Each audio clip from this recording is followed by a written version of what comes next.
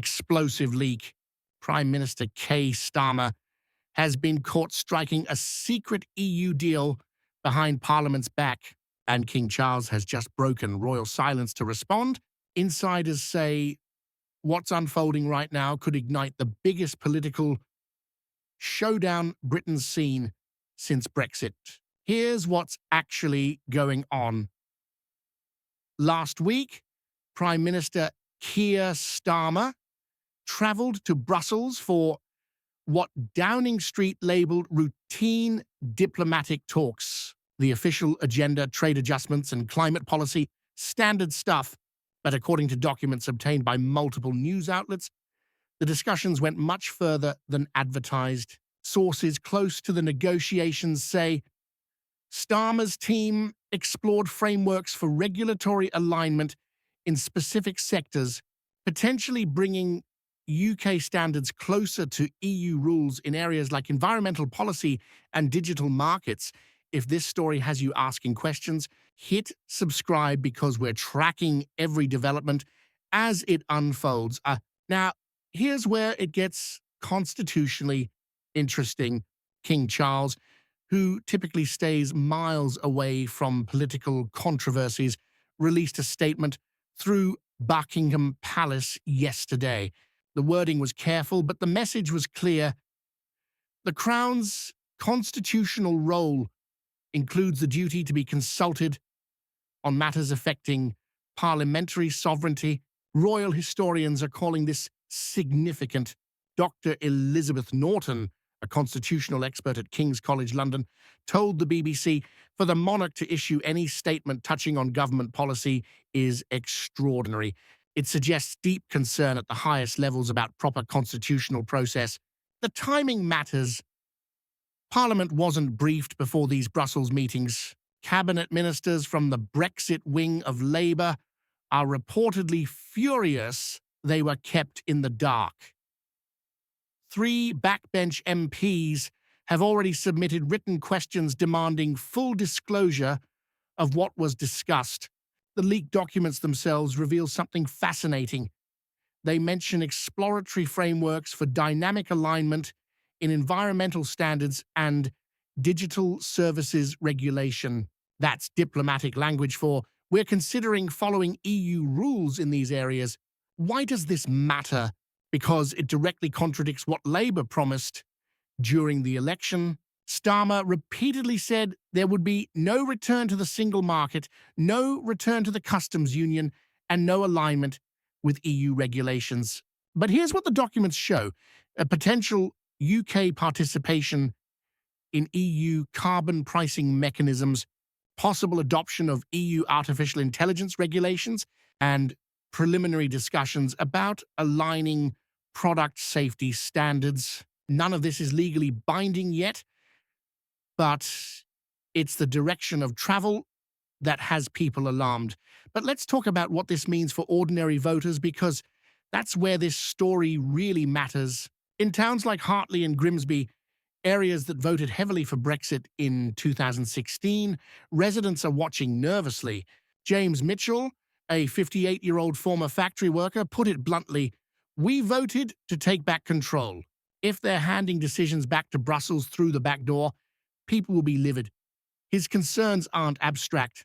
The steel plant where he worked for 30 years closed partly due to EU environmental regulations that made UK production uncompetitive. The promise of Brexit was regulatory freedom to protect British industries. Now he sees that promise potentially being broken. The economic reality is more complex. UK businesses have been lobbying for regulatory clarity since Brexit. Divergence from EU standards has created paperwork nightmares for exporters. Small manufacturers report spending thousands extra on compliance costs just to prove their products meet both UK and EU standards.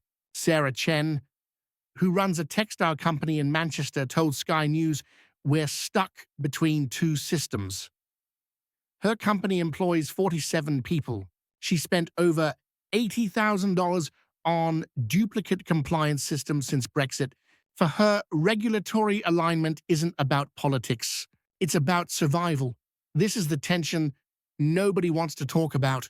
Brexit voters want sovereignty, business owners want practicality, and politicians are caught between contradictory promises. Markets reacted cautiously. The pound dropped 0.7% against the euro when the leaked documents first surfaced. Not a crash, but enough to signal investor uncertainty. The FTSE 100 dipped 43 points before recovering slightly. Financial analysts are watching to see if this becomes a pattern. Goldman Sachs issued a note to clients warning that policy uncertainty regarding UK-EU relations creates medium-term investment headwinds. Translation: businesses might delay hiring or investment until they know which regulatory regime they're operating under. Inside Westminster, the fallout is real and intensifying. Rishi Sunak called an emergency press conference demanding Starmer release full details of the Brussels talks. The British people deserve transparency, Sunak said. Secret negotiations undermine democratic accountability. The irony isn't lost on observers. Sunak's own government conducted Brexit negotiations largely in secret. But politics isn't about consistency, it's about opportunity. And the Conservatives see blood in the water. Liberal Democrats are split. Some support closer EU cooperation for economic reasons. Others worry about the political optics of appearing to reverse Brexit without a mandate. The party's conference next month could be explosive. Labour's own coalition is showing cracks. Rachel Reeves, the Chancellor, defended the discussions as exploratory and preliminary, but witnesses say she looked uncomfortable during yesterday's cabinet meeting. Angela Rayner, the Deputy Prime Minister, has been notably silent on social media, usually a sign of internal disagreement. Behind closed doors, Labour MPs are texting furiously. One message shared with The Guardian read, "We just won red wall seats back. This could lose them again in months." Another MP reportedly told colleagues, "Either we get ahead of this or it destroys us." Online, the reaction has been predictably fierce. Starmer explained trended for 6 hours yesterday with over 400,000 mentions. Brexit supporters are mobilizing. Remain supporters see an opportunity. The country's Brexit divisions, which many hoped had healed, are reopening with shocking speed. Nigel Farage called it the betrayal I always predicted. His party's polling has jumped 3 points in the last 48 hours, from 11% to 14%, according to YouGov's latest survey. That's significant in British politics, where small shifts can swing elections. Farage is already planning rallies in Brexit voting constituencies. His message is simple: they lied to you. Again, whether that resonates depends on what Starmer says next. Legal experts are divided on whether the government broke any rules. Mark Elliott from Cambridge argues there's no legal requirement to inform Parliament of preliminary diplomatic discussions, but politically, the secrecy creates massive problems. Others disagree. Jonathan Sumption, former Supreme Court Justice, told The Times if substantive commitments were made affecting UK law without parliamentary consultation, that raises serious constitutional questions about the proper exercise of executive power. The constitutional precedent matters. If governments can negotiate international agreements that affect domestic law without parliamentary oversight, what's the point of parliamentary sovereignty? This is the question keeping constitutional lawyers up at night. The European Commission has stayed carefully quiet.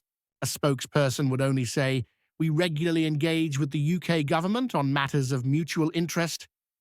Reading between the lines, Brussels doesn't want to be seen as interfering in British domestic politics. Behind the scenes, EU diplomats are reportedly confused. One source told Politico Europe, "We thought these were just exploratory talks. We didn't realize it would cause such a storm in London."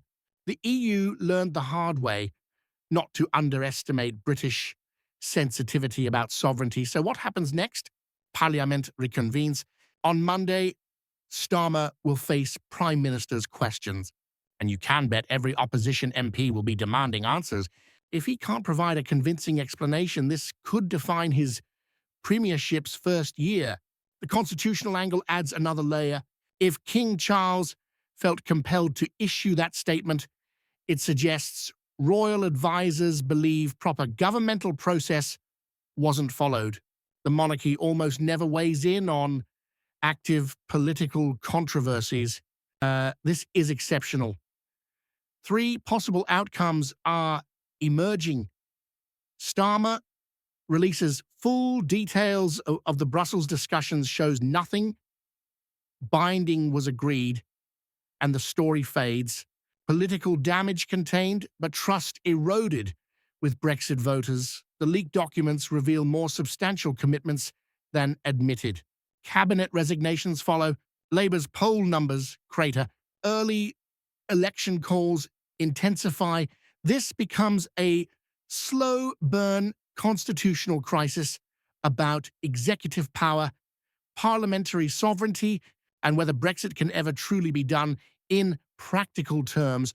Public opinion is fracturing along familiar lines. A snap poll by Ipsos shows 52% of voters want full transparency about the Brussels talks. 38% trust Starmer's handling of EU relations. 61% of Leave voters feel betrayed by the news. 68% of Remain voters support exploring closer EU ties. We're essentially refighting Brexit, but this time without a referendum to settle it. The next 72 hours are critical. If more details leak before Starmer can control the narrative, the damage could be irreversible. If he gets ahead of it with full disclosure and a clear justification, he might survive. But one thing is certain. The idea that Brexit was a settled issue just died. This debate will dominate British politics for months, possibly years. Here's what we're watching. Will more cabinet ministers break rank?